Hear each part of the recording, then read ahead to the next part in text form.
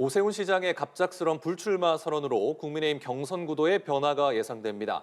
민주당 경선은 4파전으로 윤곽이 잡혀가는 가운데 권리당원 투표와 일반 국민 여론조사를 병행하는 방식으로 경선 룰이 확정됐습니다. 네, 관련 내용 원영서 변호사, 성지훈 민주당 정책위 부의장과 함께 짚어보겠습니다. 안녕하십니까? 예, 반갑습니다.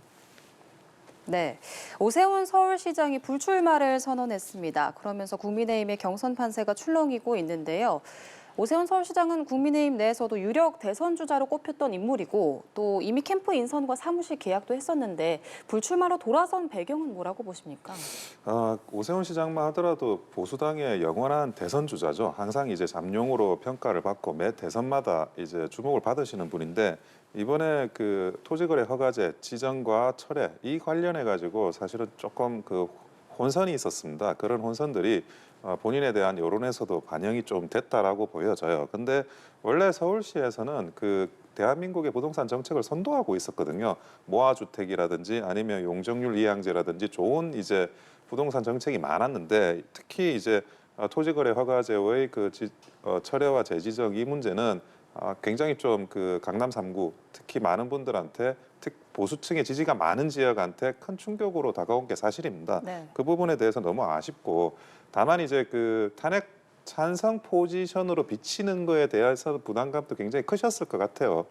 본인이 마치 탄핵을 찬성한 것처럼 비치고 그래서 실제로 헌법재판소가 탄핵 인용 결정이 났고 이 부분에 대해서도 또 책임감을 느껴야 된다라는 그런 생각을 하셨을 거라고 봐요. 아까 얼마 전에 그 불출마 선언하실 때의 모습을 보면. 근데 냉정하게는 이번에 조금 이렇게 불출마하시는 게 저는 그 오세훈 시장한테 훨씬 좋은 일이라고 생각은 하고 있습니다. 무슨 말이냐면 지금 이런 여러 가지 난제를 가지고 만약에 뭐 그 경선 과정에서 당의 후보가 되면 제일 좋지만 그게 당의 후보가 되지 않는다면 거기에 따른 또 충격이라는 건 더해질 수도 있기 때문에 아쉽고 안타깝지만 이번에는 조금 쉬고 다음을 준비하시는 것도 좋은 방안이라고 생각하고 있습니다. 네.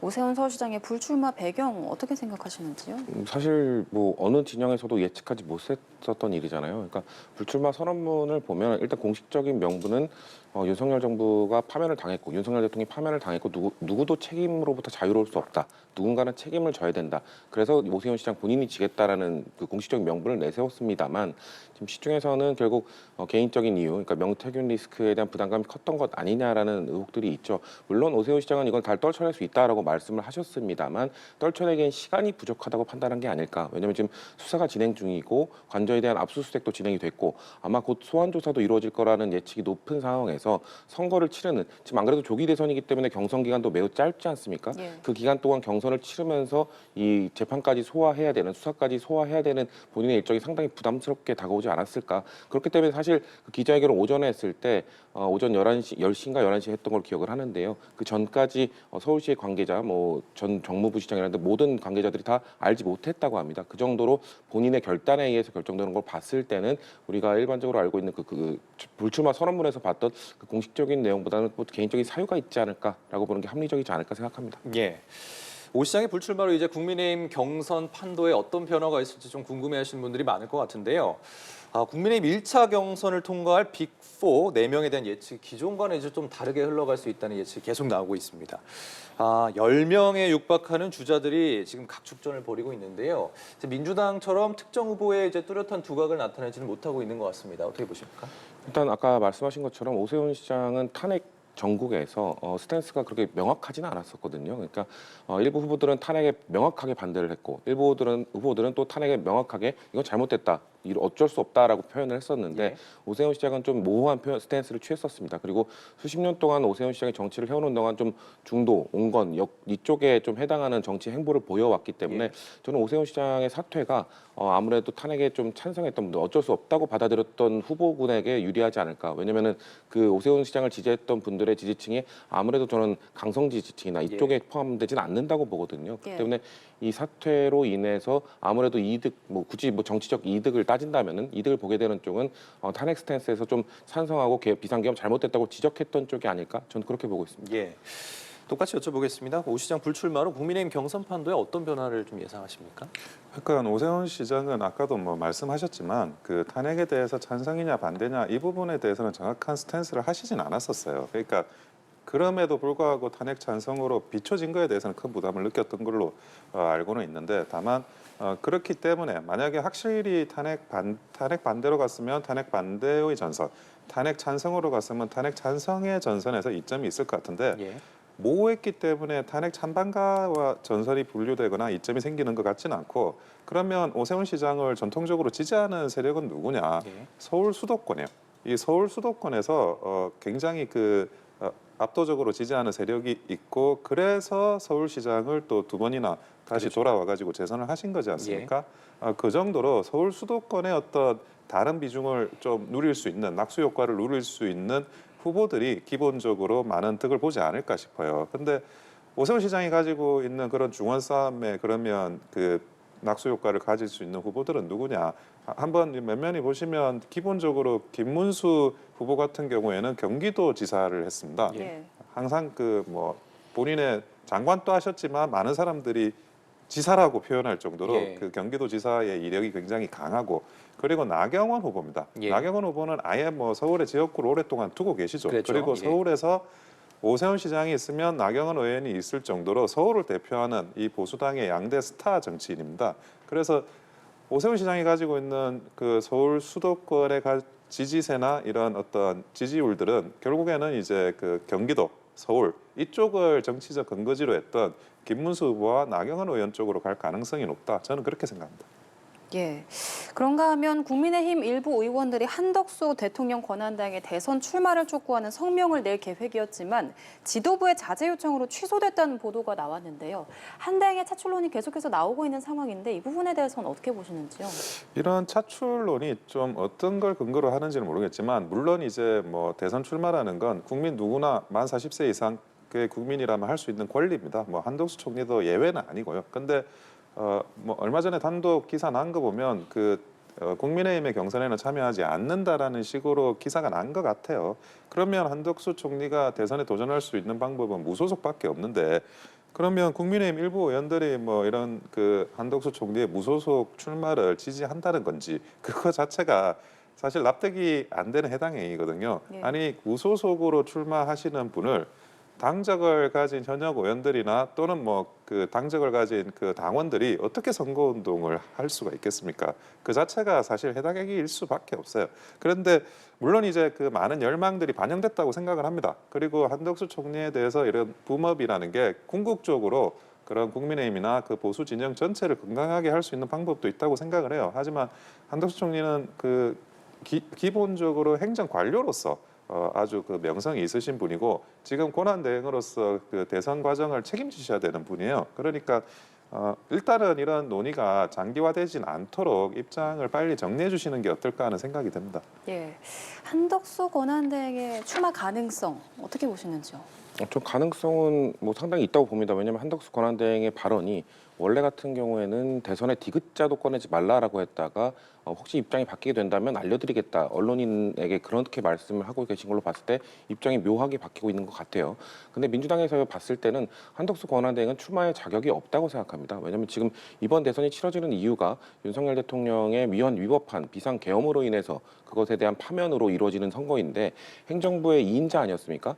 물론 법적 책임에 대해서는 아직 따지고 있고 뭐 수사를 하고 있는 상황입니다만 도의적, 정치적 책임의 측면에서 봤을 때 과연 행정부의 2인자가 나올 자격이 있는가라는 말씀을 드리고 싶고 그리고 국민의힘에서 사실 한덕수 권한대행에 대한 탄핵 소추안을 저희 당에서 다시 만지작거릴 때 뭐라고 이야기했냐면 지금 뭐 트럼프 정부가 출범함으로써 관세 전쟁이라든지 외교 문제라든지 지금 권한대행으로서 해야 될 일이 얼마나 많은데 어떻게 탄핵 소추를 할 수 있냐라고 하면서 민주당을 비판했었거든요. 근데 지금 또 국민의힘 일부 의원들이 한덕수 권한대행을 차출해서 대선에 나와야 된다고 주장한다는 것은 매우 모순적이라고 생각합니다. 그리고 지금 국민의힘에서 후보원들이 많잖아요. 10명 가까이 되는 분들이 나오고 있는 상황인데 그럼에도 불구하고 다른 후보를 차출하려고 한다? 그러면 국민의힘 10명으로는 이길 수 없다. 그들은 무능하다라는 것과 다름없거든요. 그렇기 때문에 저는 정당 정치의 측면에서 그리고 지금 기존에 나온 국민의힘 후보들을 존중하는 측면에서 봤을 때는 지금 밖에 있는 그 무소속에 있는 한덕수 권한대행에게 자꾸 차출해야 된다, 나와야 된다고 주장하는 국민의힘 의원들은 전 잘못된 행태라고 생각합니다. 예, 국민의힘 상황 짚어봤고요. 더불어민주당 상황 짚어보도록 하겠습니다. 더불어민주당 경선은 이제 이재명 전 대표, 김동연 경기지사, 김경수 전 경남지사, 김두관 전 의원 이렇게 4파전으로 윤곽이 잡힌 상황입니다. 이미 사실 이재명 전 대표의 대세론이 형성이 돼 있기 때문에 흥행이 좀 저조할 것이다라는 우려가 계속 나오고 있는데요. 사실상 이제 윤석열 전 대통령 파면 상황으로 인해서 펼쳐지는 이 대선 상황이라서 경선 흥행 여부는 사실상 뭐 그렇게 중요하지 않다 이런 의견도 있는데요. 어떤 변수가 좀 있을까요? 일단 뭐 룰은 나왔지만 진행을 어떻게 할 것인가, 예를 들면 뭐 토론회는 몇 번을 할 것이고 며칠 안에 이걸 끝낼 것인가, 이런 것들은 아직 남아있는 과제거든요. 예. 이런 거에 따라서 흥행이 조금 달라질 수는 있다고 생각합니다. 왜냐하면 비명계 후보들은 좀 더 충분한 토론회나 일정을 달라고 요구를 하고 있는 상황이기 때문에 저는 이것이 받아들여지는 것이 중요하다고 생각을 하고, 그리고 사실 그 어떤 룰로 하든 어떤 방식으로 하든 어떤 일정에 맞춰서 하든 사실 결과가 바뀌긴 어려울 거라고 봅니다. 네. 현실적인 부분에서 이재명 후보가 이길 가능성이 매우 높은 상황인데 네. 과제는 이재명 후보가 다른 비명계 후보들의 목소리를 얼마나 담아낼 수 있는가, 그들을 지지해서, 비명계 후보들을 지지해서 사실 민주당을 지지하는 분들도 있거든요. 근데 경선 과정이 사실상의 뭐 추대 형식이 돼버리면 그런 분들이 본선의 지지까지 이어지지 않을 수가 있어요. 그렇기 때문에 그런 분들이 진심으로 본선에서도 민주당을 지지해드리도록 하기 위해서는 경선 과정에서 군수 후보지만 그들의 목소리를 충분히 담아냈고 그들의 정책도 충분히 담아냈다라는 그런 모습을 보여줘야 되기 때문에 저는 이건 당에도 주어진 과제이기도 하고 앞서고 있는 이재명 후보에게도 주어진 과제라고 생각합니다. 그런 부분들을 좀 보완한다면 흥행이 뭐 그렇게 막 잘 재미있는 선거가 되지는 않더라도 그래도 충분히 화합의 선거를 이끌어낼 수 있다고 보고 있습니다. 예, 동일하게 여쭤보겠습니다. 경선 과정 어떻게 좀 예측하십니까?